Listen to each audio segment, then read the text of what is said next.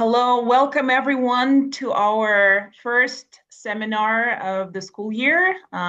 This is a seminar organized by the Post-Socialist Comparative Memory Studies group. And we are usually meeting once a month to talk about exciting new publications in the field. And today's seminar is going to be a discussion of the book by Bartłomiej Krzysztan, and the book's title is Representations of Collective Memory in Georgia, Armenia, Abkhazia, and Nagorno Karabakh, The Political Memory and Power, published by Palgrave, Macmillan in 2024. So I'm going to briefly introduce our presenters. The author is Bartłomiej Krzysztan. He has a PhD in political science. He's assistant professor at the Institute of Political Studies at the Polish Academy of Sciences. He graduated in political science from Université Libre de Bruxelles in political science and cultural studies from the University of Wroclaw. He works on political anthropology, cultural and political memory, the issues of genocide, post-colonialism, and national and ethnic identity and nationalism in Central and Eastern Europe. He's a holder of scholarship at the Ilia Chavchavadze State University in Tbilisi and Raphael Lemkin scholarship at the Armenian Genocide Museum-Institute in Yerevan, as well as a scholarship from the Minister of Science for Outstanding Young Scientist and an award from the Polish Science Foundation. He's the author of books and articles on memory and history and on the politicization of the global East's past. Our discussants, welcome. Our first discussant is Gayane Shagoyan, who's a senior researcher at the Department of Contemporary Anthropological Studies of the Institute of Archaeology and Ethnography, National Academy of Sciences of Armenia. She received her PhD in anthropology from the Institute of Archaeology and Ethnography in 2010. The areas of her research interests include daily life, urban studies, and anthropology of memory. She is the author of about 90 publications, including 7 Days and 7 Nights, Panorama of the Armenian Wedding, co-author of Stalin-era repressions in Armenia, History, Memory, and Daily Life, and the editor of Unheard Voices, Memory and Post-Memory in Oral History. Welcome. Malkhaz Toria is an associate professor of history and the director of Memory Studies Center in the Caucasus at the Ilia State University in Tbilisi, Georgia. He's also a doctoral candidate in sociology at the New School for Social Research. His research interests focus on theories of history and the epistemology of historical knowledge, Tsarist and Soviet imperial legacy and the politics of identity, belonging, and boundary making in contemporary Georgia, politics of memory and dealing with totalitarian past and post-Soviet societies, modern museology and memorial culture, the instrumentalization of history and politics of exclusion and ethnic cleansing in Georgia's breakaway regions of Abkhazia and South Ossetia Valley. He's held numerous prestigious fellowships, such as the New School for Social Research at Central European University, Humboldt University of Berlin, University of California, Berkeley, the Harriman Institute of Columbia University, and the Davis Center for Russian and Eurasian Studies at Harvard University. Welcome all. Our usual procedure is to give the floor to the author and let them introduce their work, and then we will follow up with the discussants' comments and questions. And following that, we will have an open discussion. So if you are interested in raising your hand or writing something in the chat, that would be wonderful. We have about an hour and a half. If we have to go over, that's fine as well. And if you have to leave sooner, the recording will be available on YouTube. So welcome everyone. And let's give the floor to the author. Thank you very much, Katya, for this nice introduction. I'll try to be brief because I suppose that discussion will bring more to the table than my long introduction of what's included in the book. But before I start talk about the book, I would like to say a few words of gratitude. First of all, to PoSoCoMeS for organizing these events, for Jogile, who is not present, who was responsible for organizing this event and inviting me for the seminar. Secondly, to you, Katja, for heading it, and obviously to Gayane and Malkhaz for agreeing to comment on my book. What makes me actually more nervous than I would be without them here, as far as we are going to discuss the book which I, as an external author, wrote about their own countries and cultures. And I have to also thank the Palgrave Macmillan for publishing this book, because that book was published in the Memory Politics series. So I suppose that few words of gratitude towards the editors of the series might be on place. Before I will get to the content of my book, which was published last year, as Katja mentioned, I just have to say a few words about the history of writing this book and then the publishing process of this book, because it's much longer than actually, I suppose, usually the work on the scientific works take. I started the project regarding the representation of collective memories in the South Caucasus more than 10 years ago. I suppose 2014, that was the beginning of my research there. And actually, what is important, that was the completely different space, not only space of memory, but generally political space. Since 2014, we are observing the region which is under total reconstruction, politically, geopolitically, socially, and culturally. In 2014, it was difficult to imagine that actually we will be observing such democracy backsliding in Georgia, which was the leader of the post-Soviet changes in the region. On the other hand, Armenia back then, it was stuck in this stagnation and with no hope for the future. And after a couple of years, we had the possibility to observe the Velvet Revolution, which led to bringing Armenia closer to the West, to the European Union, and Georgia at the same time backsliding towards former colonial and imperial hegemon and Moscow. At the same time, in the book, I'm writing also about what was called back then the frozen conflicts in the South Caucasus, and it was very difficult to imagine that first one to be resolved that way or another will be the conflict around Nagorno Karabakh. Actually, when I was conducting my research on site, I was always imagining that actually the Abkhazia, because of the political circumstances, because of the political will also from the both sides, completely opposite to how the process of resolving the conflict between Armenia and Azerbaijan was going on. I was always thinking that Abkhazia will be the one which will be solved after this many years. And all of these historical events, historical looking from this perspective and political, were going on alongside or parallelly to my work, to my empirical work conducting the research in Georgia, Armenia, Abkhazia, and Nagorno Karabakh back then. So this book, first version of this book was version published in Polish, and I do remember when I was working on that version, I already knew that if I would like to translate this book into English, it will require quite a lot of changes on the empirical data, and that's what I did. And despite of the fact that the version which was published by Palgrave Macmillan in English is slightly different than the version which was published originally in Polish, already I know that after a year, some of the empirical data in the book is already outdated. What shows actually from the figuratical perspective how dynamic are the changes, not only within the political spectrum, but also within the memory structures. Already for example, the peace process between Armenia and Azerbaijan is bringing completely different narratives to discourse about the past, both in Armenia and in Azerbaijan.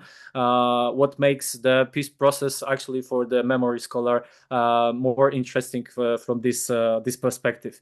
What actually stands still, I suppose, from this book is its theoretical framework and the way how I consider the research over the memory in such difficult regions, regions on the borders between different continents, different civilizations, and different cultures, like the region like the South Caucasus.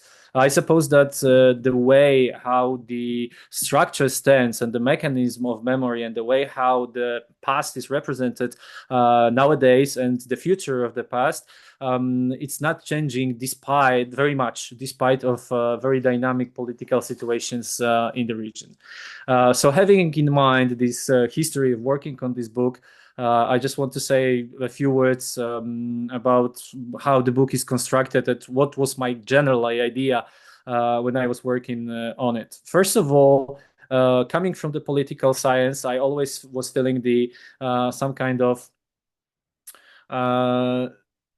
idea that the paradigm and theories which were adapted to analyze and interpret the past and the way how the past operates contemporarily in the whole space which was created after the collapse of USSR was not enough. I was in such at the beginning of my work, I was feeling that the whole paradigm of being post-Soviet is absolutely not sufficient to describe such diversified internally space like the South Caucasus, and coming like the South Caucasus and post-Soviet space in general.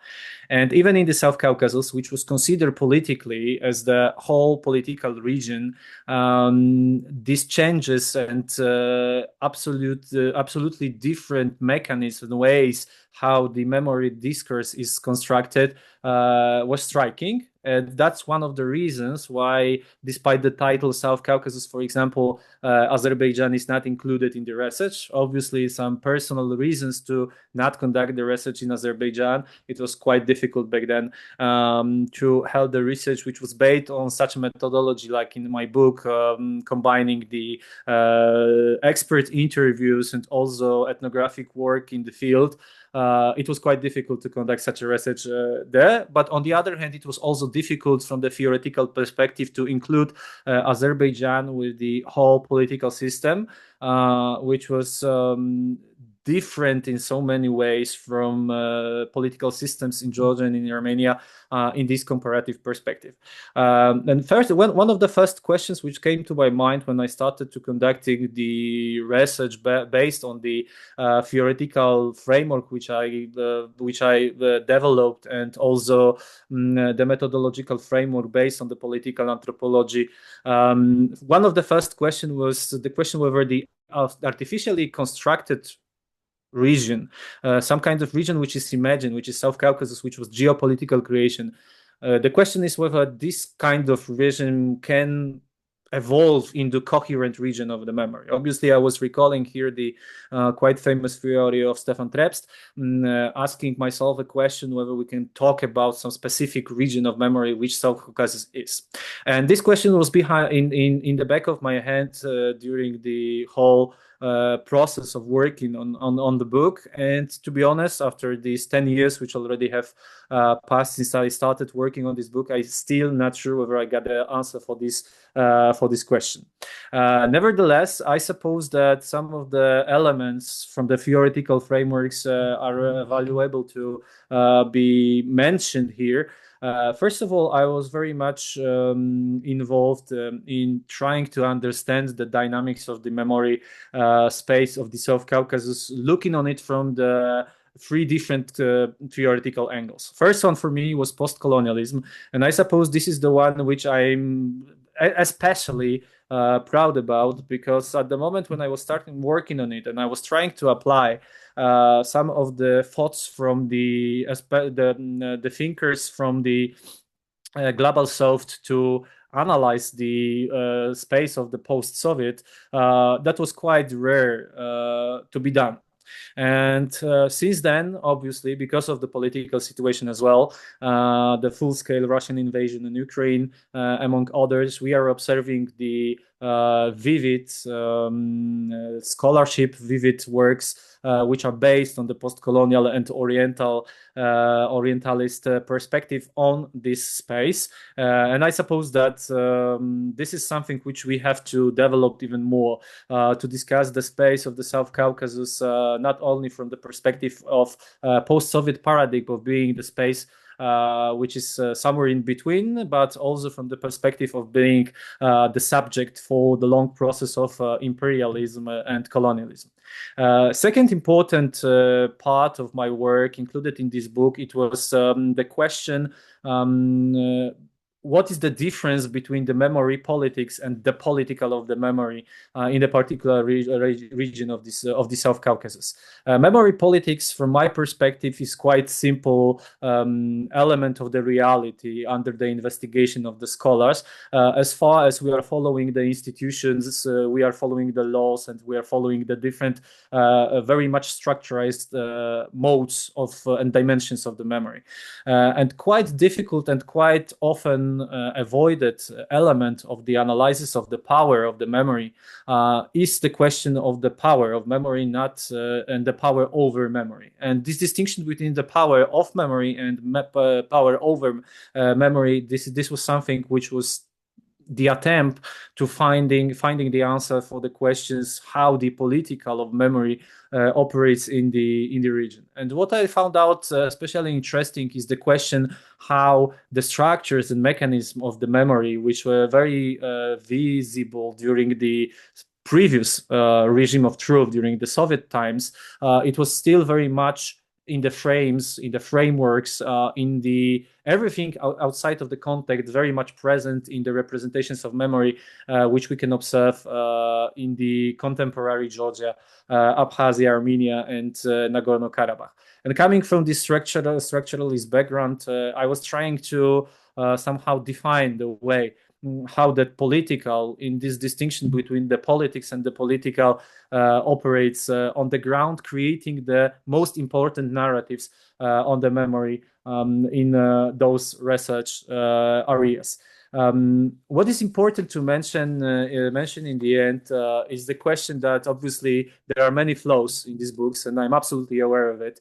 And there are many spaces of the memory which I even didn't touch when I was working on the book. But from the very beginning, the creation of some integral representation of the whole memory space of the South Caucasus was not my goal when I was working on it. I wanted to present the most representative ideas, which are creating some kind of framework to in-depth research on the different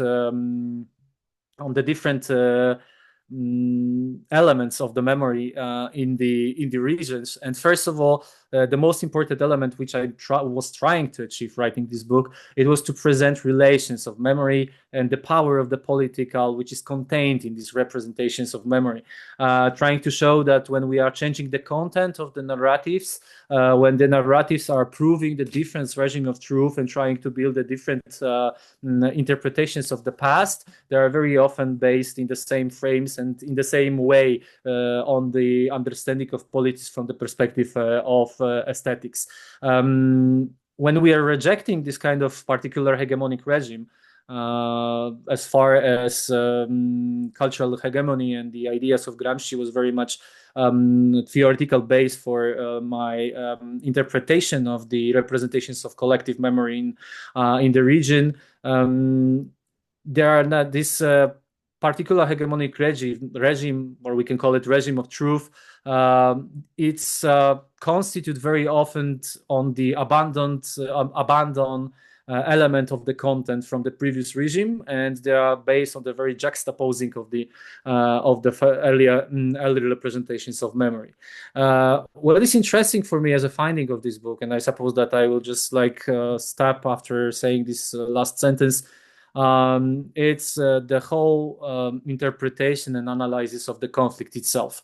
As far as South Caucasus, since the beginning of the independence in 1991, it's the region full of different conflicts, including the conflicts of memory, including of memory wars.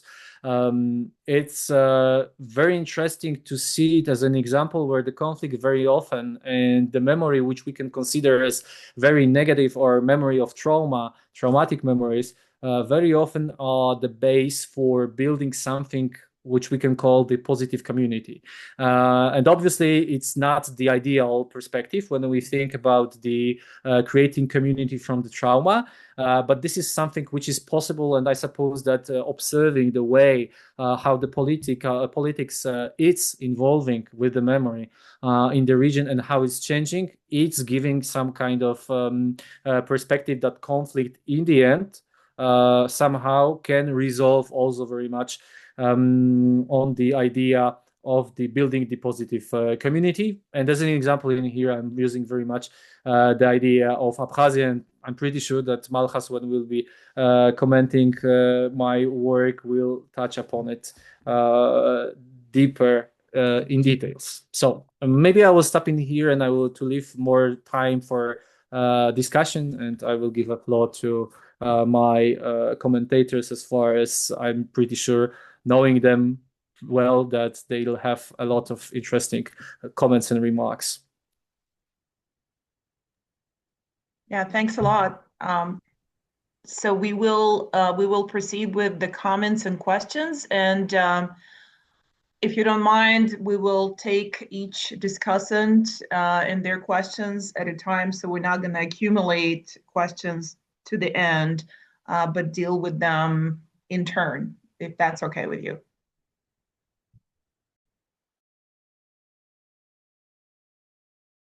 Sure, it is, of course.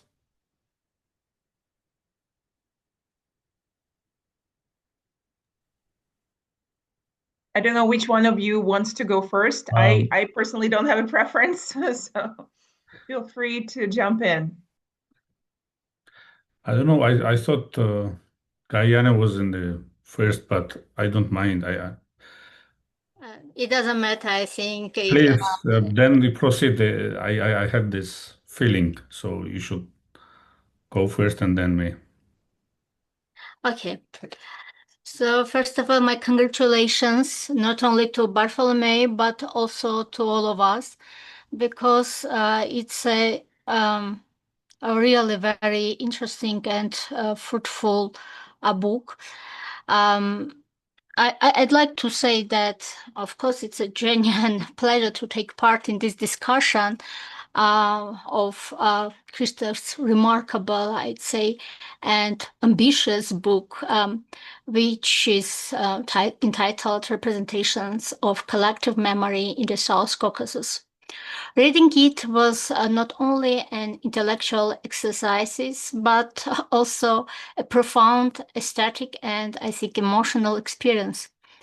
The book unfolds with impressive analytical depth, a sophisticated theoretical framework, as you saw through Bartłomiej's presentation, and a clear ethical sensibility that positions it among the most original recent contributions to memory studies and post-Soviet anthropology.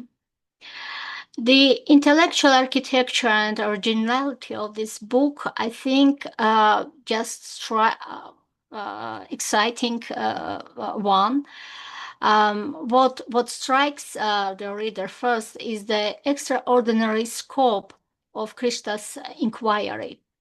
His project is not limited to a regional study of post-Soviet transformations, but rather constitutes a comparative and transdisciplinary exploration of how memory, politics, and identity are intertwined in spaces marked by violence, fragmentation, and uncertainty. Georgia, Armenia, Nagorno Karabakh, and Abkhazia, usually studied separately and often within narrowly national frameworks, but here, all of them brought into a single analytical field. This comparative frame not only reveals the differences between these societies, but also surprising affinities that unite them through shared structures of remembrance, forgetting, and representation. Krzysztof's choice to read these societies through the lens of political anthropology represents one of the book's major conceptual achievements. It's especially close to me as an anthropologist. By combining political science, semiotic, history, and ethnography, he creates a framework that enables us to grasp the mechanisms by which memory operates simultaneously as a cultural process and as a form of political action. This synthesis between political theory and ethnographic sensibility is both rare and fruitful. It allows the book to go far beyond the standard dichotomies of history and memory, official and vernacular, victimhood and heroism. From an anthropological perspective, one of the strongest achievements of the book lies in its transdisciplinary methods. Krzysztof's approach is neither purely descriptive nor strictly theoretical, I'd say. Instead, it mobilizes ethnography as a bridge between lived experience and abstract political discourse. His use of multi-sited ethnography spanning from Yerevan to Sukhumi, from Stepanakert to Tbilisi, transforms the study into a genuinely regional ethnography of memory. The decision to observe monuments, memorials, cemeteries, and ruins as materialized forms of discourse reveals a fine sensitivity to what anthropologists might call the materiality of memory, the way physical spaces themselves embody historical trauma and ideological struggle. Equally impressive is the decolonial, post-colonial perspective that runs through the entire text. Krzysztof's analysis demonstrates how the post-Soviet space can and should be approached as a post-colonial space marked by the long-term consequences of imperial hierarchies, Soviet modernization, and the unfinished decolonization of thought. What is new and particularly valuable here is that he does not merely apply the language of the colonial critique, but empirically grounds it in ethnographic material. The discussion of South Caucasus as a region of ambivalent memory cultures, where Soviet, pre-Soviet, and post-Soviet layers constantly overlap. All of this offers one of the most innovative contributions to contemporary decolonial studies, I think. For readers from the region, this comparative view is also deeply enlightening. The book provides to its Caucasian audiences, Armenians, Georgians, Abkhazians, and Azerbaijanis alike, a mirror through which each society can see itself not in isolation, but as a part of a shared historical field. As an Armenian anthropologist, I was particularly struck by how the author's juxtaposition of Armenian and Abkhazian cases reveals the parallel logic of memory formation under conditions of unrecognized states and unresolved sovereignty. This comparative insight is new for local readers as it is for European ones. It allows neighbors to discover one another as if they lived in distant worlds, united only by similar structures of remembering, loss, and survivals. The analysis of Armenian memory, both institutional and vernacular, stands out as one of the book's most nuanced chapters. Bartłomiej convincingly interprets the totality of Armenian memory, the junction between genocide remembrance and the Karabakh War, as a hybrid formation that merges trauma with heroism, loss with defiance. His interpretation of the Nagorno and the Genocide Museum as archetypal artifacts of commemoration is sensitive and balanced, connecting the aesthetics of mourning with the politics of national rebirth. The connection and influence of genocide memory on the entire memorial landscape in Armenia has been noted by many scholars, both Armenian and international. However, in this case, the author attempts to examine this connection within the framework of his proposed concept of junction memory.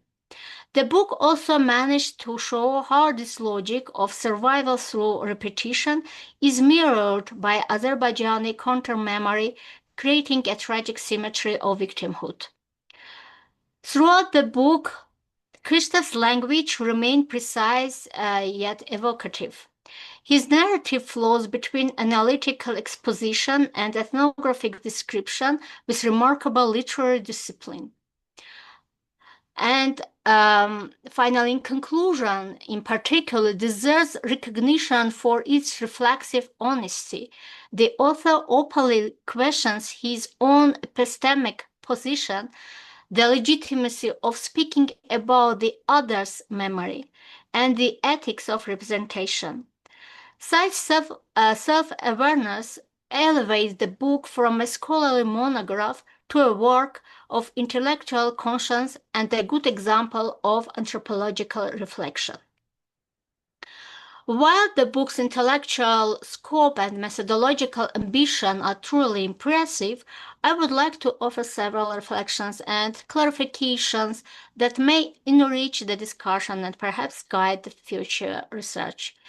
These remarks are intended in a collegial spirit, recognizing the complexity of the material Krzysztof's engaged with. First, I would like to address several factual and interpretive points that deserve clarification. The author's discussion of Garaginezhde and the Republic of Montes Armenia, Lerna Hayastan, actually, contains certain historical inaccuracies. On page 85, Krzysztof writes, in Zangezur, which resisted the Soviet counteroffensive the longest the Republic of Nagorno Karabakh was established with Garaginezhde at its head. This statement conflates several distinct events. The entity created under Garaginezhde's leadership in 1921 was not the Republic of Nagorno-Karabakh, but the Republic of Mountainous Armenia, Gorny Armenia, Lerna Hayastan, Mountains Armenia, which encompasses Zangezur, which is the south part of nowadays Armenia. Now it calls Sunik Mars, and part of Nakhichevan, which is nowadays the enclave, Azerbaijani enclave, neighboring to Zangezur. It did not include Karabakh, which at that time was the subject of separate negotiations concerning its possible incorporation into Soviet Armenia. Later, Lerna Hayastan, Mountains Armenia, was renamed the Republic Armenia, and it was done under the premiership of Simeon Vratian as a counter-concept to Soviet Armenia, which was still in Yerevan, in the north part of Armenia, comparing to Lerna Hayastan. These distinctions are not minor, they are crucial for accurately situating the region's early mnemonic and political geography, as well as for understanding the emergence of post-imperial Armenian statehood narratives. Additionally, on the same page, when discussing Alexander Myasnikan's commemoration, Krzysztof notes his mysterious death in a plane crash in 1925. It will be important to add that Myasnikan's political and mnemonic significance was shaped not only by his early death, but also by his vote against transferring Nagorno-Karabakh to Azerbaijan during the Caucasian Bureau meeting on July 4 and 5, 1921. Of course, including his activities about which Bartłomiej mentioned in his book. I mean, the invitation of many famous Armenian artists, architects, and other intellectuals from diaspora. This fact, I mean, this voting against transferring Nagorno Karabakh substantially influenced both his later portrayal in Armenian public memory and the moral ambivalence surrounding his cult as a Bolshevik official who, in this one decisive act, aligned himself with the Armenian national cause. Second, I would encourage the author to engage more closely with regional anthropological literature that has developed from within the South Caucasus itself. The book's ethnographic institutions are strong, but the dialogue with local anthropologists remained, I think, a bit limited. Scholars such as Levon Abrahamian and also Arsen Hakopian, maybe not only Hranush Haratyan, but also his daughter Lucine Haratyan and others who produced exceptionally rich ethnographies of the post-Soviet transition and of identity transformation in the Caucasus that could greatly deepen the book's empirical and interpretive base. For example, Abrahamian's work on models of identity, in which he compares Armenia, Georgia, and Azerbaijan cases, offers precisely the kind of intra-regional comparative framework that complements Krzysztof's transnational perspective. Integrating these voices would strengthen the regional grounding of the analysis and balance the dominant reliance on Western theoretical vocabularies. And let me now move to a more conceptual issue, one that concerns the ethics of scholarly language. Krzysztof's methodological framework reflects a commendable effort to maintain analytical distance from the ongoing political disputes in the South Caucasus. His self-conscious neutrality allows the structures of representation and the logic of mnemonic regimes to speak for themselves without overt normative intervention. Yet this very strength also exposes one of the more complex epistemological challenges of studying collective memory in post-conflict and post-imperial contexts, namely the ethical limits of academic detachment. The author's description of the 2023 Azerbaijani offensive on Nagorno-Karabakh as yet another escalation, it was on the page 23, exemplifies this dilemma. While factually accurate, such phrasing abstracts the event from the humanitarian and legal dimensions, the 9-month blockade, the violation of the 2020 ceasefire, and forced displacement of the entire Armenian population of Artsakh. The choice of terminology, however carefully neutral, places the narrative within what Arsen Saparov has termed the normalization of conflicts through expert neutrality. As Saparov convincingly argues, academic rhetoric that aims for balance can create a form of discursive symmetry that conceals rather than illuminates asymmetries of power and suffering. In this sense, Krzysztof's commitment to neutrality may inadvertently reproduce what Saparov calls the silencing of context, a discursive practice that effaces the dynamics of aggression and victimhood behind ostensibly neutral formulations such as escalation or dissolution or exodus, which is used spreadly. At the same time, those challenges point to one of the book's underlying virtues, its capacity to provoke reflection on the ethics of representation itself. Few works on the Caucasus have engaged so directly with the tension between analytical precision and moral responsibility, between seeing the region as a system of discourses and acknowledging it as a landscape of lived trauma. The tension is productive and I think central to the intellectual honesty of the project. Finally, I'd like to offer a few suggestions concerning the dialogue with local scholarship. The book's theoretical grounding from Gramsci to Halbwachs and Osman is rigorous and illuminating.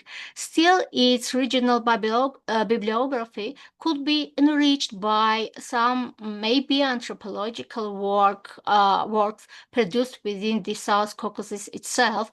Of course, Bartłomiej used some of very known ones like Harutyun Marutyan's books and Saparov's other work and so, but some of them were missed. I think particularly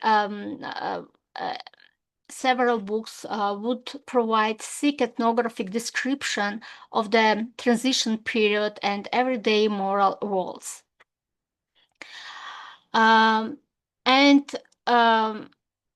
Coming to closing, maybe my ideas, I'd like to conclude with a few broad observations. Christoph's representation of collective memory in the South Caucasus is, I'd say, a rare book, rare in its intellectual ambition, its ethical transparency, and its methodological courage.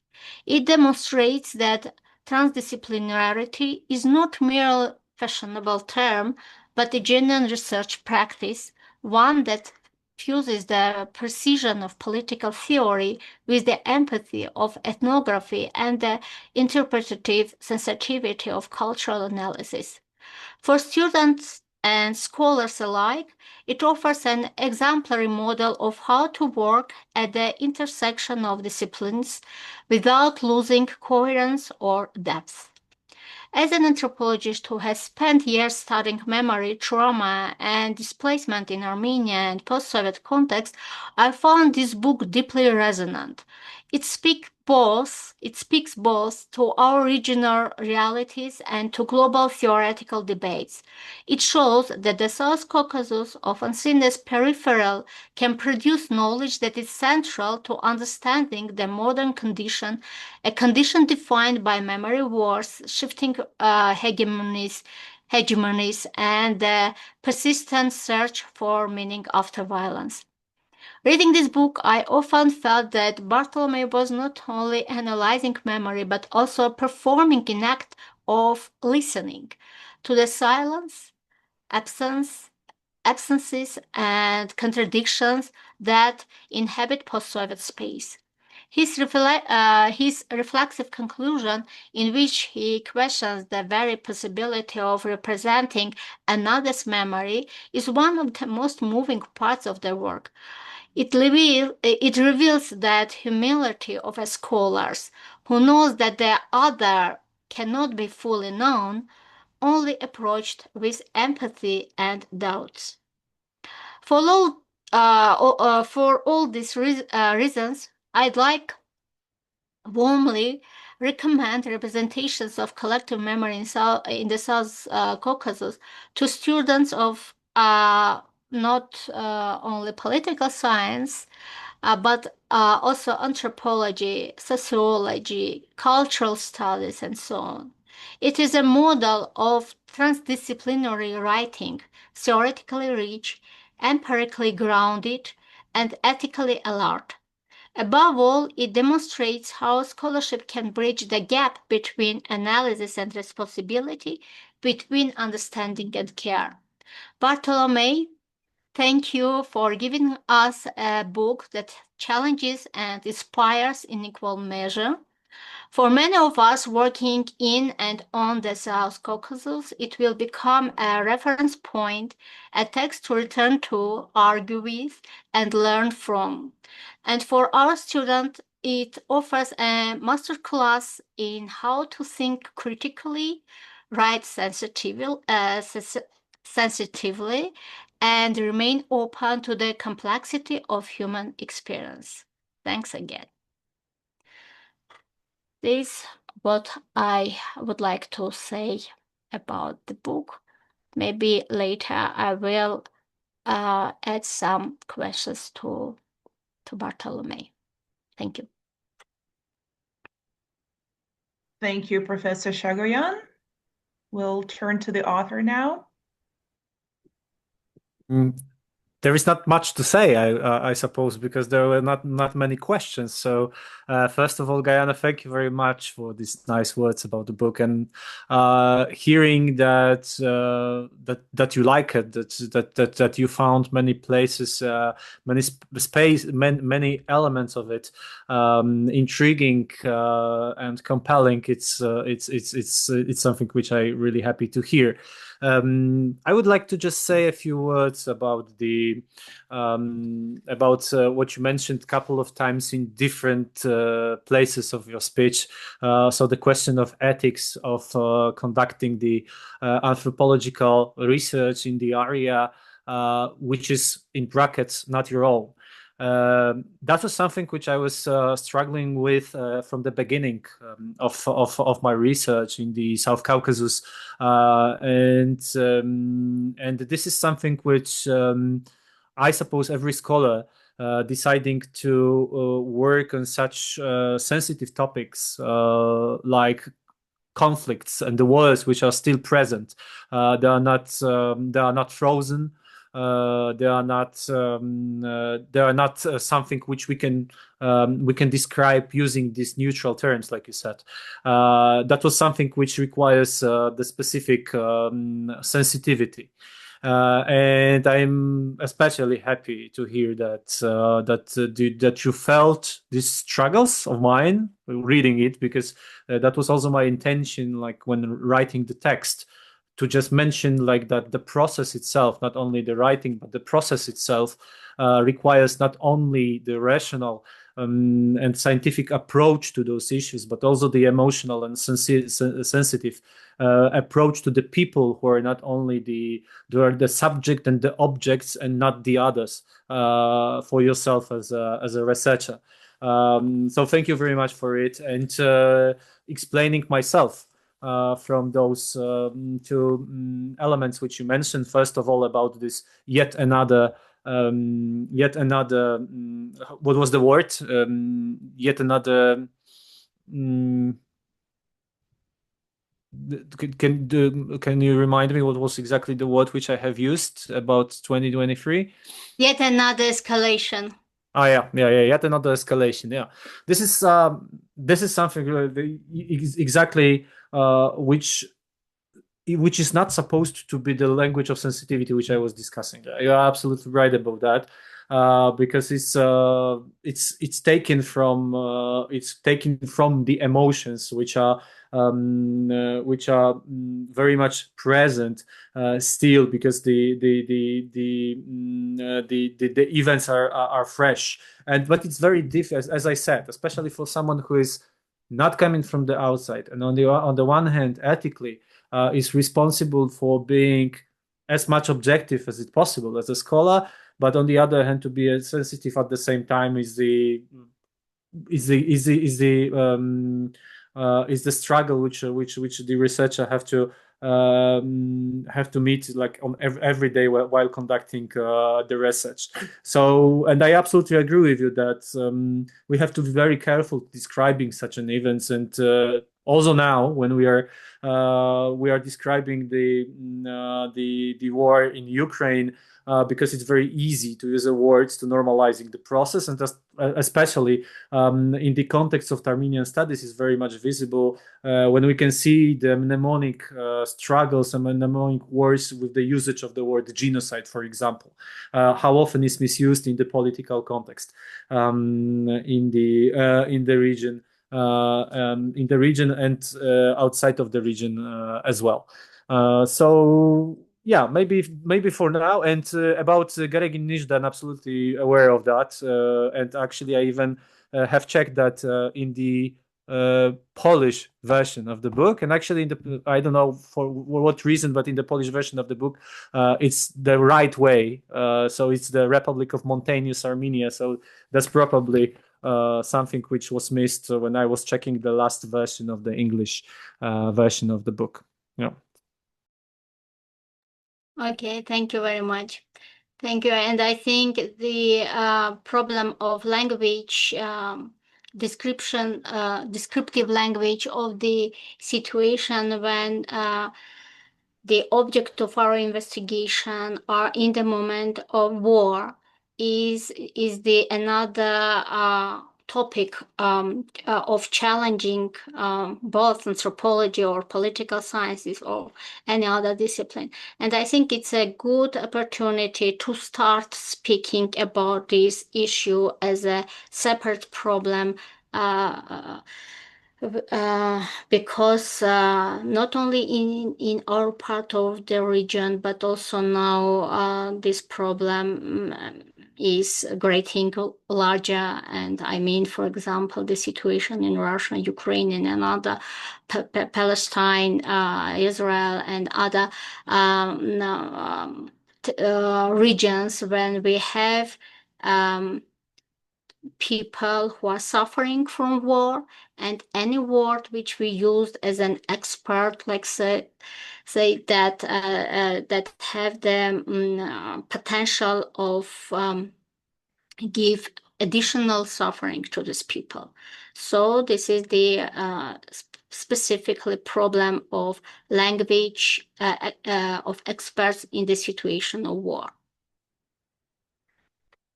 Thank you.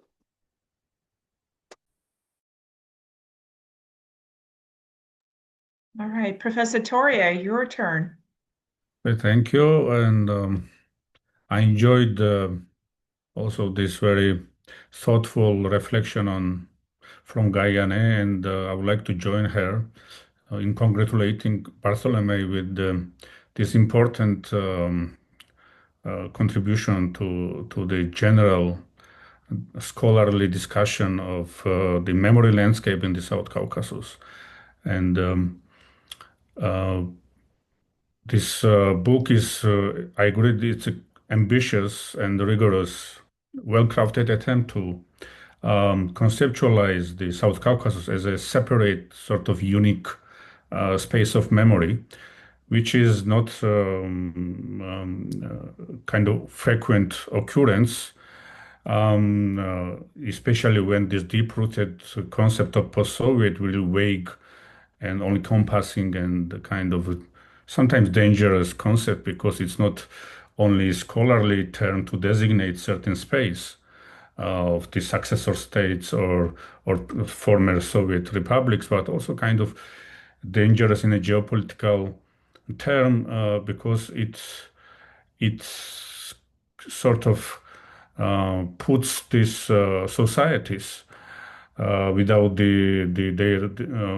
beyond the so-called red lines some certain scholars like to draw between West and Russia.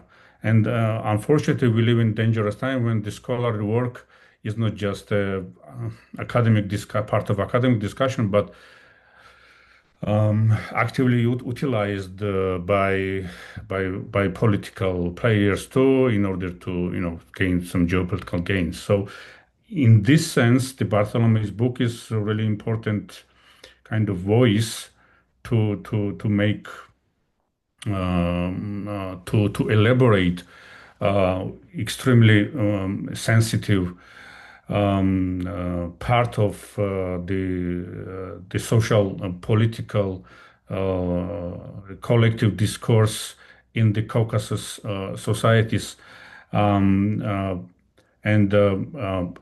especially it's important to see the transdisciplinary approach to this question, kind of bridging political anthropology or politics, and kind of offering political anthropological insights to the question, and of course the memory studies and post-colonial analysis, etc.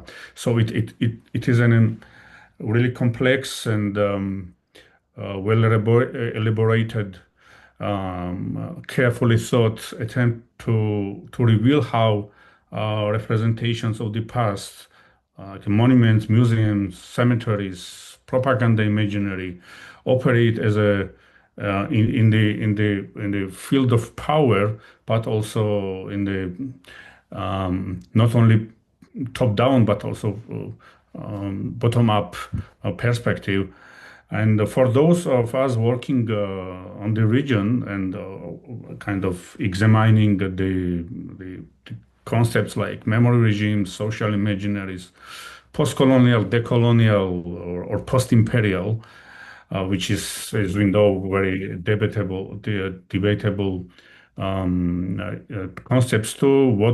What would be the correct term to apply to the Caucasus, to the South Caucasus, let's say, because the South Caucasus is itself a geopolitical or imperial residue, as Bartłomiej already mentions.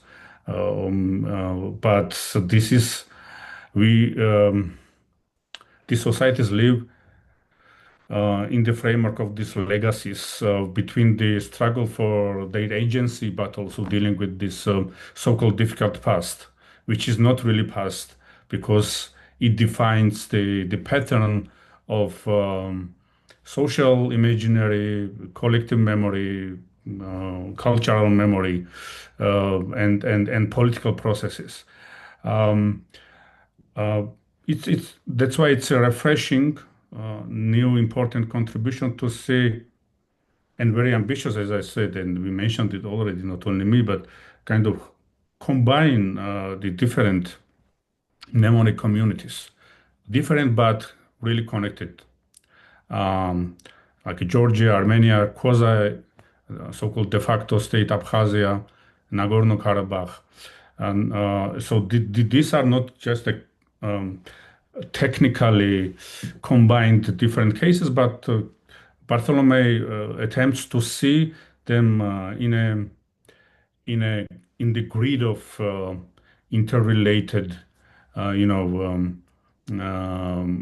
framework as I said, as a separate, unique region of the South Caucasus as a memory landscape.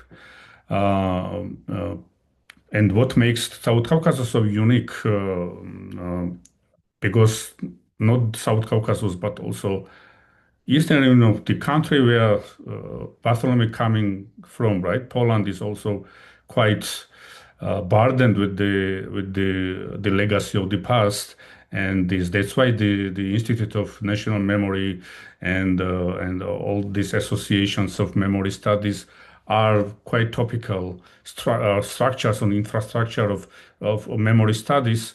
But I also kind of agree with him that the South Caucasus somehow presents some sort of individuality or peculiarity of such societies, because unfortunately this region is distinguished by violence and violent imposition of memory projects and identity projects over societies, which causes not only some debates about the past or clashes of narratives, but it sort of informs the political actions and political acts too. I would like to somehow touch the research questions and the topicality of the book. The core question Bartłomiej poses is how do politics of memory, for instance, and social memory intertwine to form truth regimes in the post imperial South Caucasus, and this the four quite compelling hypotheses, like continuity of Soviet forms despite the ideological ruptures, despite the dynamics of transformations, really drastic watersheds happened in especially in Georgia and in Armenia. Still, the Soviet forms of remembering or mnemonic infrastructure persists, and this, of course, requires peculiar explanation and the complex heuristic and methodological theoretical approach, and that's why the Bartłomiej's work is kind of brings the new perspective to to reflect on this, not only for international scholars, but also for local scholars working on the similar problems. And another hypothesis, like a persistence of repressive mnemonic structures, conflictual nature of remembering. And also, I really noticed the kind of gave some sort of peculiar attention to his elaboration of extra temporality or a historicism, kind of against historicism, because as I said, past is not really past for the societies in the Caucasus, and the memory repertoire really enriched or intertwined with this constant reproduction of the recent, not only recent past, but reconstruction of the remote past, kind of ancient history as an argument for present claims, and that makes the temporal structure peculiar perception for these societies. It's not kind of standard time, like a distance from distance from the subject of inquiry of remembrance, but as if the all three dimensions of time exist simultaneously, right? One would be reminded Reinhard Koselleck's conceptualization of these temporal structures. So topically, the book is strikingly relevant today, even though he mentioned initially that some information or some empirical data may be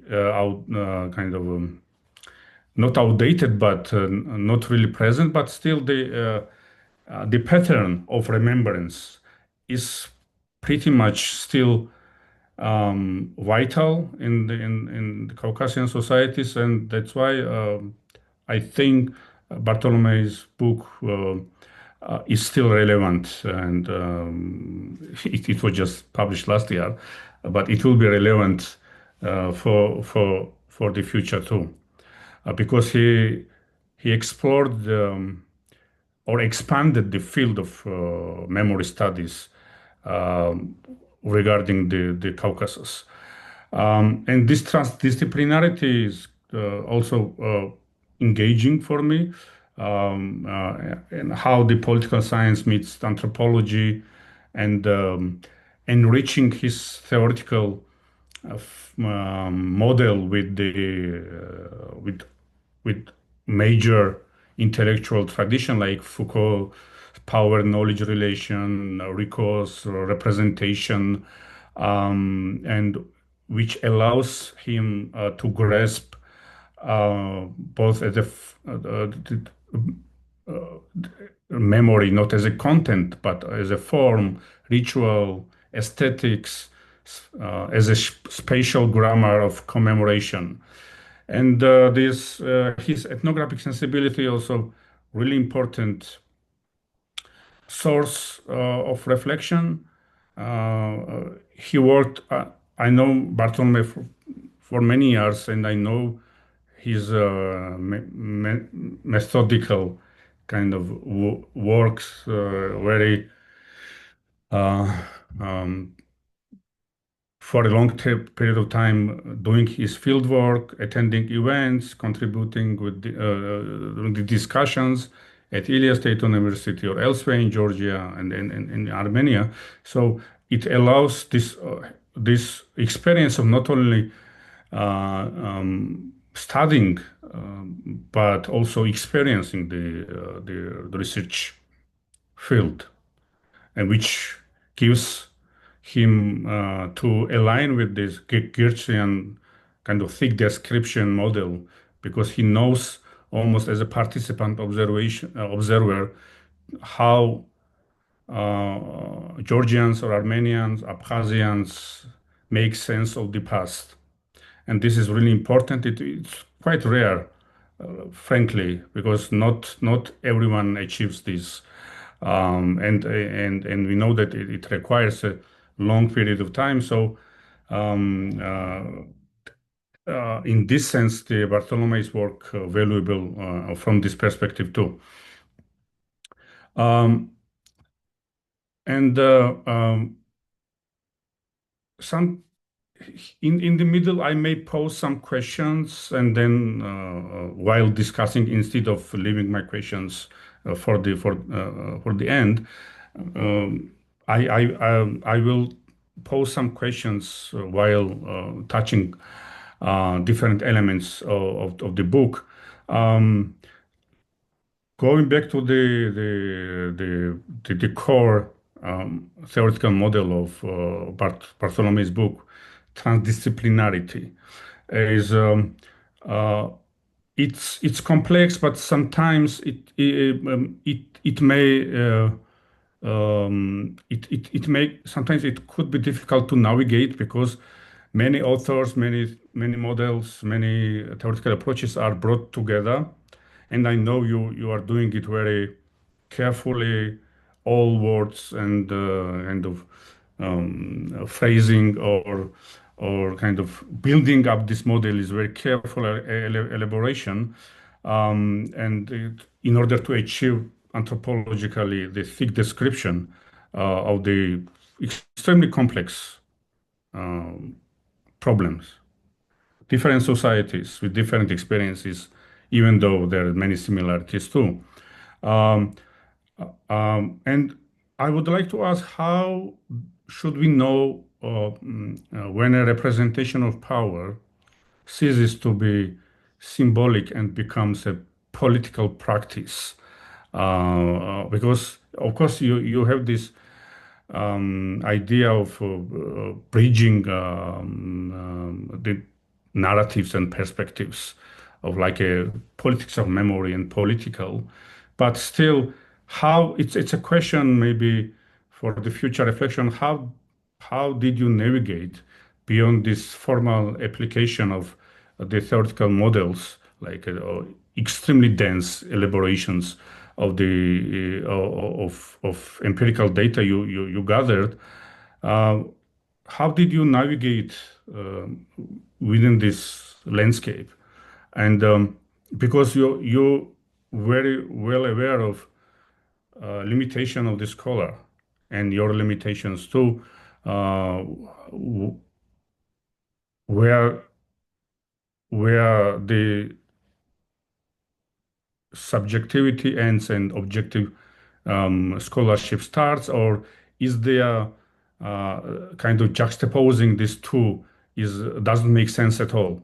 Because Gayane already mentioned that, especially now, scholars should be also extremely sensitive with their language, and so-called neutrality, which was so popular in the early 90s, being detached from the research subject and being like a, doctor and talking about subjects who are emotional, but you are, kind of cold-blooded, analytic. You have an analytical toolkit to diagnose their sort of pain.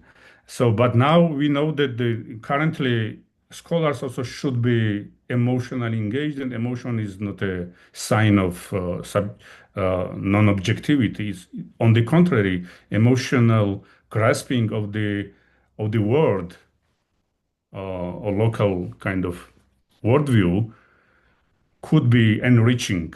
So I just wanted to ask you, during your travel in the Caucasus, like Georgia, and its peripheral regions, Abkhazia, like in Armenia, what was your kind of milestone what were your milestones, kind of, which help you to differentiate subjectivity, objectivity issues, and how did you manage to have this scholarly positionality? Um, and going back to the theory, is kind of distinguishing politics of memory from the political of memory is, I think, the successful model because, as you mentioned, simply talking about institutional, state-driven or state-sponsored hegemonic narrative is not enough to describe the mnemonic reality, but you try to grasp lived practice, grassroots appropriation of the kind of having some ownership over the past, and that's and when the political of memory emerges wherever citizens reinterpret or subvert the official version of the past, and and that makes the texture, social fabric of remembrance very representative. Of course, I'm not. I could not talk a lot about Armenia's case, but I would like to focus more on Abkhazia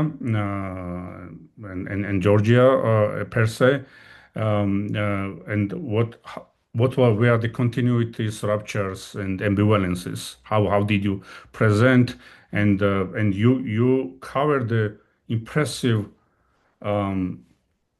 plethora of memory sites like museums as mnemonic battlegrounds, like Soviet Occupation Museum in Tbilisi, which reveals how the post-Rose Revolution government tried to reconstruct the mnemonic landscape. And there are counter sites of nostalgia at the same time, which we can connect persistent Soviet infrastructure of memory, like in Stalin Museum in Gori, unchanged interiors, preserved death mask, and curatorial tone, which has not changed much since the collapse of Soviet Union. Um, and this is, you describe this as a Georgian junction narrative, as a when both institutional and social memory continually reshape each other.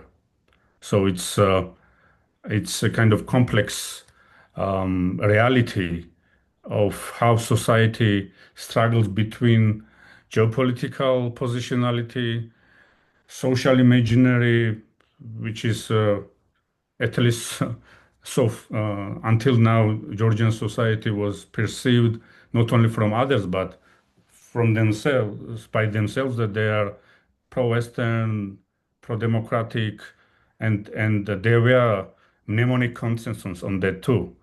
But now we see that we are witnessing the fundamental revision, not only geopolitical positionality, but also mnemonic mnemonic landscape too.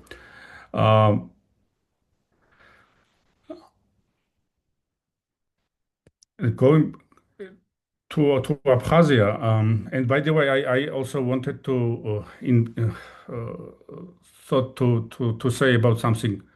The language again, the term, you have this in the title, like a Georgia and Abkhazia. I understand that analytically justifiable, but since you offered really complex theoretical model to grasp the multifaceted reality, and you use this quasi-state, and you have this discussion about de facto or how or partially recognized state of Abkhazia.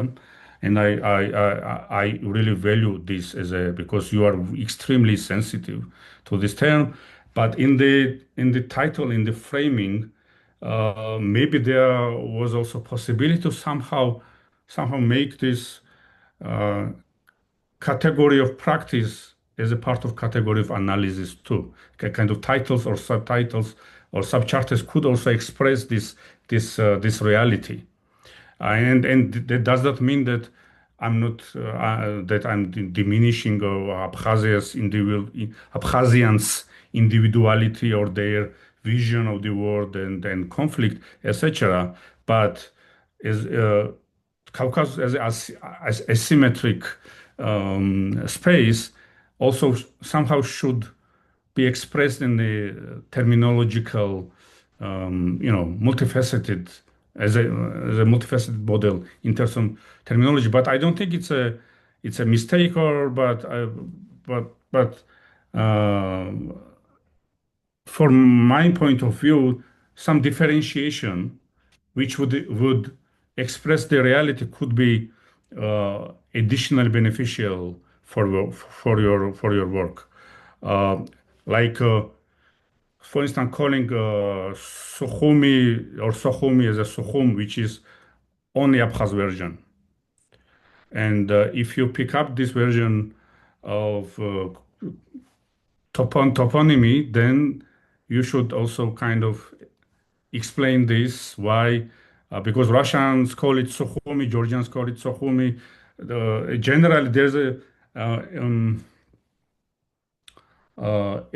kind of already established rule that Sukhumi and slash and there's a I added, just to be ethical again, especially in our time.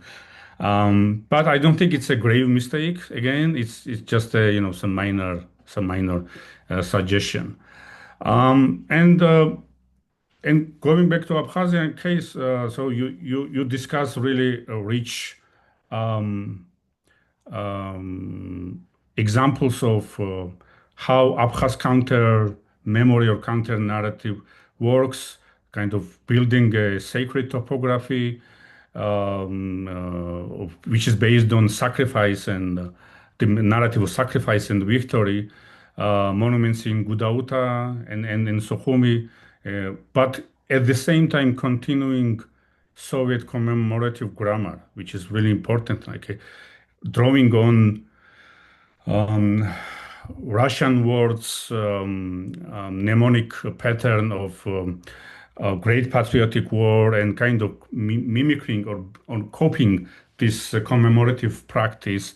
And immediately to my mind came the parallel, like, and this is insight is powerful. What you are covering, the how the anti-imperial project remains, or anti-Georgian project remains dependent on imperial aesthetics per se, and more radically, like a Fanon, since you are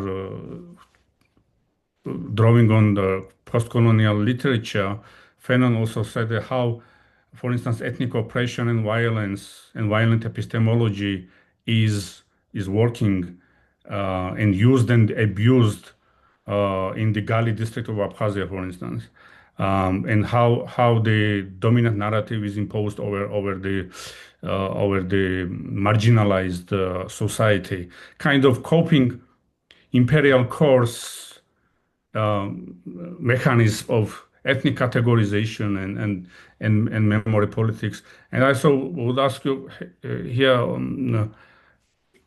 you had interesting pictures from elsewhere and including from Gali. And I'm just curious if you had a chance to talk with the Gali population. As you well aware, they are Georgians and they are in a kind of precarious situation. And if you had any chance to have a conversation with them too. And again, the comparative thread, to continue, comparative thread is very, very important. How all this connected to boundary making, boundary as a memory, as a use of, as a tool for drawing lines between or among societies. Like Georgia defines itself by loss and occupation. Abkhazia defines itself by victory and self-defense, and but strikingly, both societies mirror each other in terms of technology of memory making. And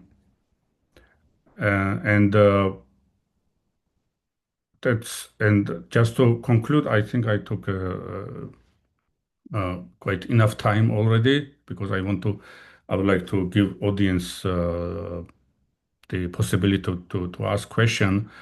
But the book Representation of Quality Memory is an important contribution to understand South Caucasus as a peculiar memory landscape, and giving or offering a rich texture of or fabric of theoretical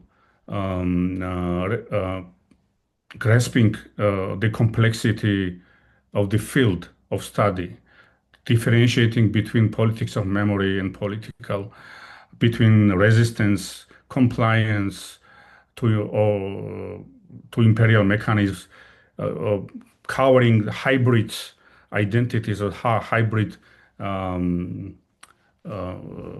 memory making and hence identity making practices, which puts these societies, again going back to your temporal structure, that kind of canceling the time, the distance of time. This is kind of having passed always with these societies as never distancing from the past pains, which hinders the working about the future, like to pick up the trauma and memory theoretical repertoire. Thank you. That was really important, and congratulations again. Thank you, Professor Toria. We have a little bit of time, but like I said, we can probably go over. No big tragedy in that. All right. Thank you very much, Malkhaz, for your remarks. Thank you very much for the nice words about the book. Let me start from the very last question because it's the easiest to answer. The question about the possibility to discuss with the Gali population. First of all, I would like to say that obviously I'm aware about this precarious, like you call it properly, situation of the Gali population in the easternmost region of Abkhazia. Nevertheless, because of this precarious situation and the power, which is not only symbolic in that matter, but it's very much present on the streets and in every detail of political practice every day, working there was quite difficult because telling the stories from the ethnographic background, let's say, I've been even arrested for a couple of hours there trying to have discussions with the locals in Gali. Nevertheless, what was achievable back then, because as far as I know, the bridge was later closed for a couple of years because of the COVID pandemic and so on. I had the possibility to talk with the population from Gali, traveling to Zugdidi, so the town westernmost in Mingrelial region. So yeah, I had a couple of discussions, including especially this topic which you touched upon. So the topic of being maybe not persecuted, but very much under huge political tension, which is based on this ethnic construction of the state, of the de facto state in Abkhazia.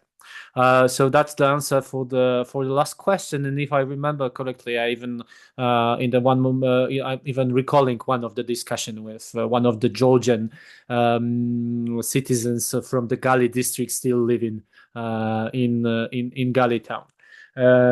So that's the first thing which I wanted to answer.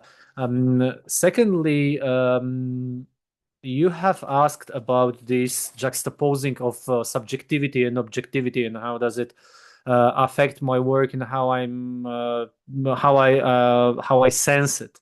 So let me answer with recalling the thought of the yet another scholar, which is not that often mentioned in the book itself. So Zygmunt Bauman was frequently repeating that the responsibility of the sociology is not only to analyze, interpret, and describe, but being the sociologist which is very much into the humanities, it's also to change the world, to deal with the issues the way that actually the work of the sociologist is something which also not only interpret and describe, but also something which affects. And especially in the situation where we are now, but very often, like you said, the works of scholars are misused, or they're used for the particular political reasons, very often outside of the will of the scholars themselves.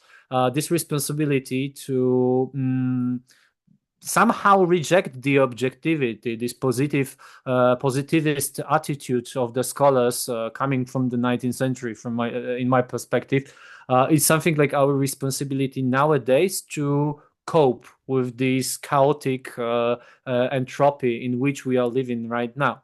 And obviously the subject of the memory is not the subject of the past, but is very much subject of the present, as we all know. Because of that, like the current discussions should be based on the question like how we as scholars should approach the memory in the future. And the answer which I have right now for you on this question and for you answering your question is just is this sensitivity, which is very often subjective, but how to be subjective when we are seeing what we are seeing, when we are every day observing the wars in Ukraine, the genocide of Palestinians happening on our own eyes in Gaza, and so on. And as the scholars, how we are supposed to approach it? Shall we wait until it ends and then start to describe it in the proper way? So that's the reason why I do not really see even the space for discussing this distinction between subjectivity and objectivity, because this is not something which is required from us as scholars and researchers in nowadays world. And these chaotic structures, this tension between the politics of memory or politics of history, like we call it in Central Europe, political practice and the political of memory is very much interchangeable or very dynamic.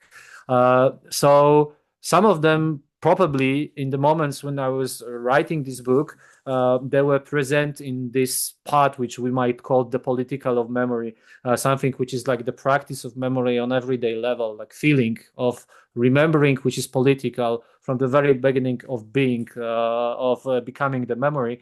And suddenly some of them, like you said, like you started to talk, we can go into details about the Georgian case. They are now present in the memory institutions, and they are part of the politics of the memory, and maneuvering between political practice and this symbolic elements of power. It's always the question of the time in which we are talking, because it never stops. It's always the very dynamic processual practice, and I suppose this is required. That was the reason why it required the last sentence of the book, which I will just find because I do not remember it. But the last sentence which I wrote in the conclusion was that actually that the book, it has no ending because it cannot have one. Just because of that, that's this dynamics between the political practice, the political as symbolic, is so vivid and it's never ending. And you asked me about the milestones on this scholarly positionality, and I suppose that to describe all of them we might need another hour to do that. But generally, it's very much about the ethics of the research. And first of all, when I was coming as a young scholar, beginning of my PhD and working on the topic to the South Caucasus, I had this idea of conducting anthropological or ethnographic research which is very sensitive and sensible towards the other. But then you are automatically somehow being on the spots, living in the places where you are conducting the research, you are becoming emotionally engaged, and there is no way around. And that was the first milestone, I would say, that avoiding the emotional engagement in the places where you are working, it's not something which is helpful, but actually it's giving you another boundaries, giving you another barriers to find out what you are looking for. So that was the first milestone, which I might say that was something which I found while working on that book. And this is something which is adding to this your question about juxtaposing subjectivity and objectivity, because having this emotional engagement with the space which you are working on, it's something which automatically taking you out from this very simple black and white description of between the subjectivity and objectivity.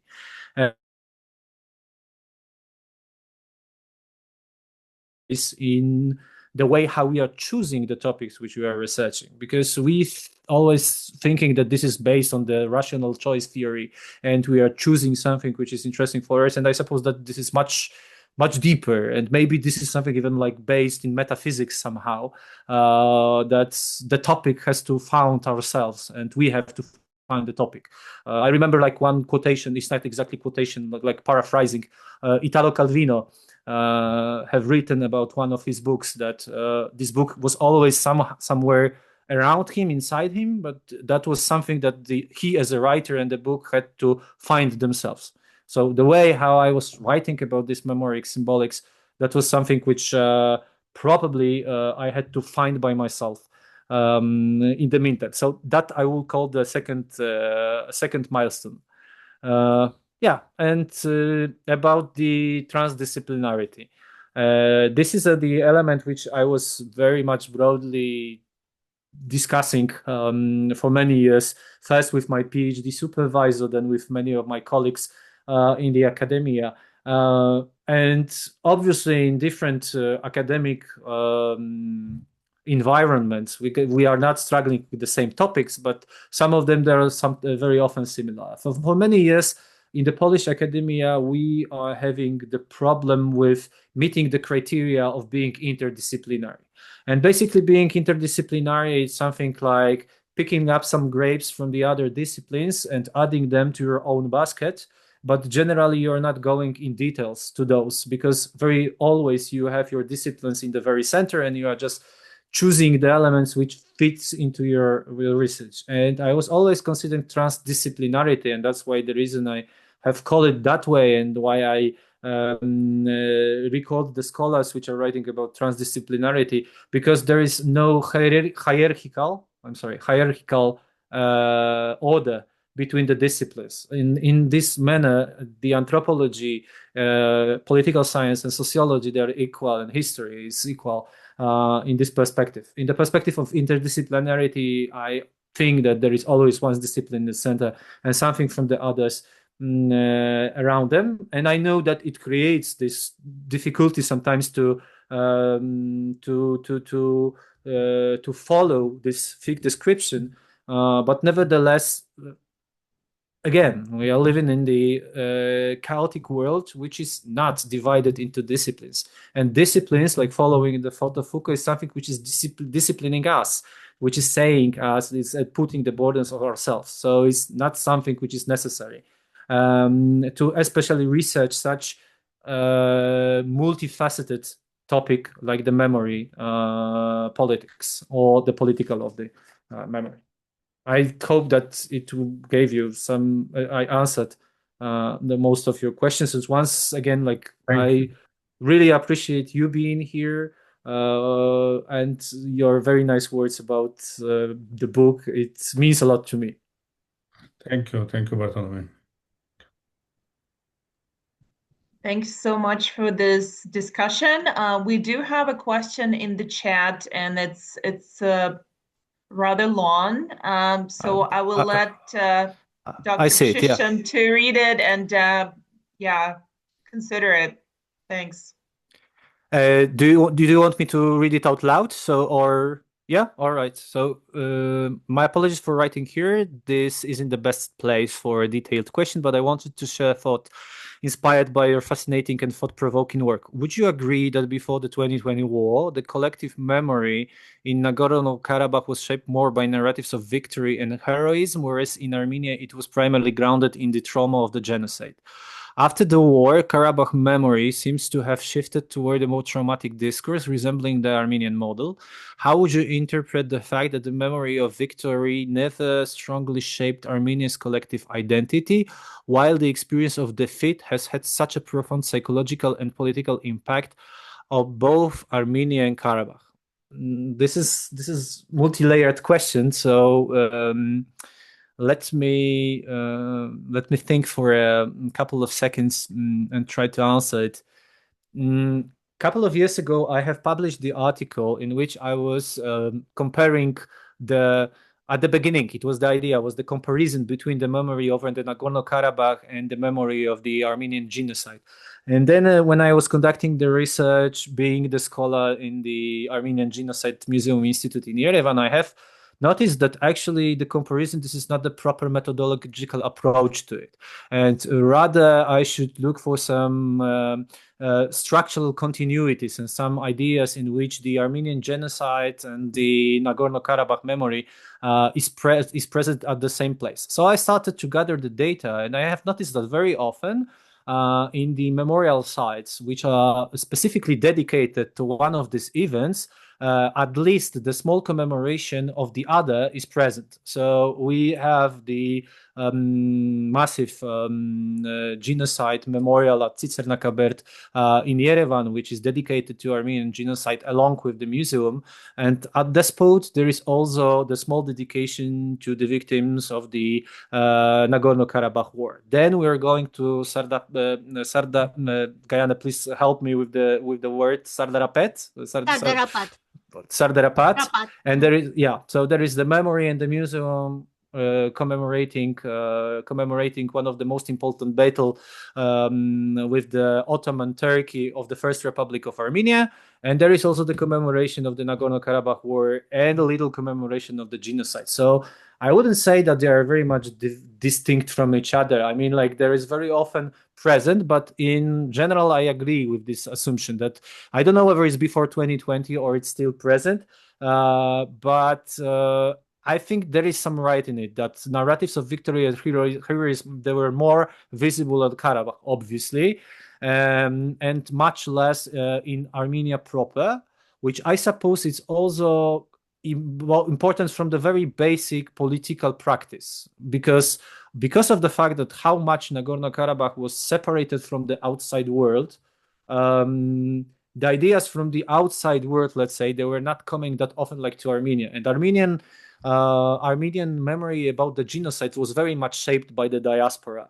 So I suppose that these diasporic voices, which were shaping the memory in Armenia based on mourning and remembrance of Armenian genocide, because of this reason, they were not that present in Nagorno-Karabakh.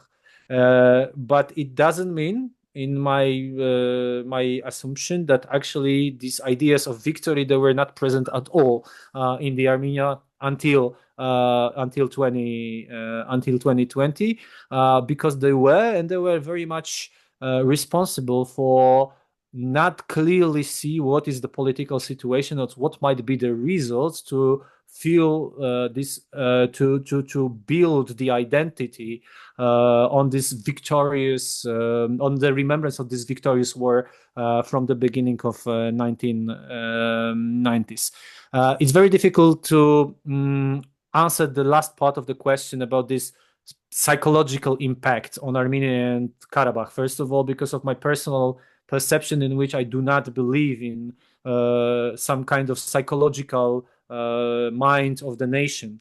So I do not believe that there is something like psychological impact which might be applied to such a diversified imagined community like the nation or the state is. But nevertheless, I suppose that this experience of defeat would not stand for a long time as a crucial component of the Armenian memory. I suppose that dynamics around the peace process and the fact of acceptance of the political reality in Armenia nowadays would cause that the totality of the remembrance of Armenian genocide would stand as a core and the only one pillar of the nationhood memory in Armenia. Yeah. May I ask something, or actually to add to this question some points from my investigation, because I tried to follow how the genocide commemoration was going on during last year after the depopulating Artsakh.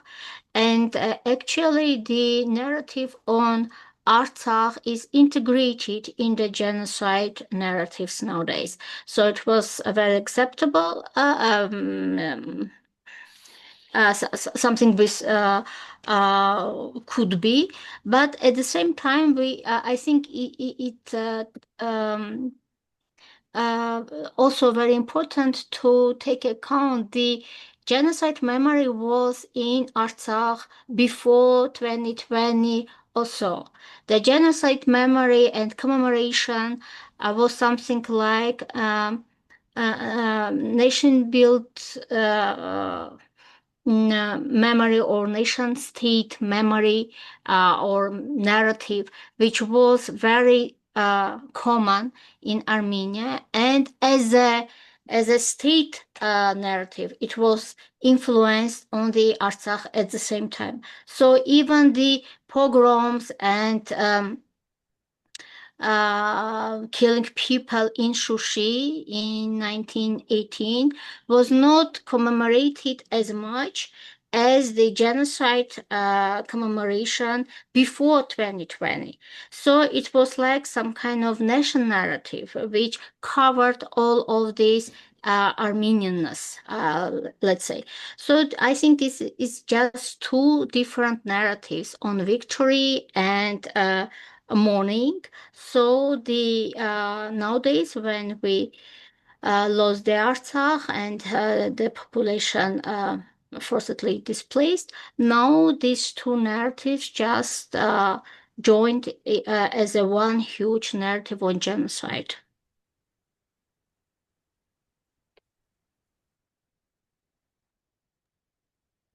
Well, we have gone beyond our allotted time, but thank you so much for this wonderful and robust discussion, for the congratulations on the book again, and thank you to our respondents for their very thoughtful commentaries and questions.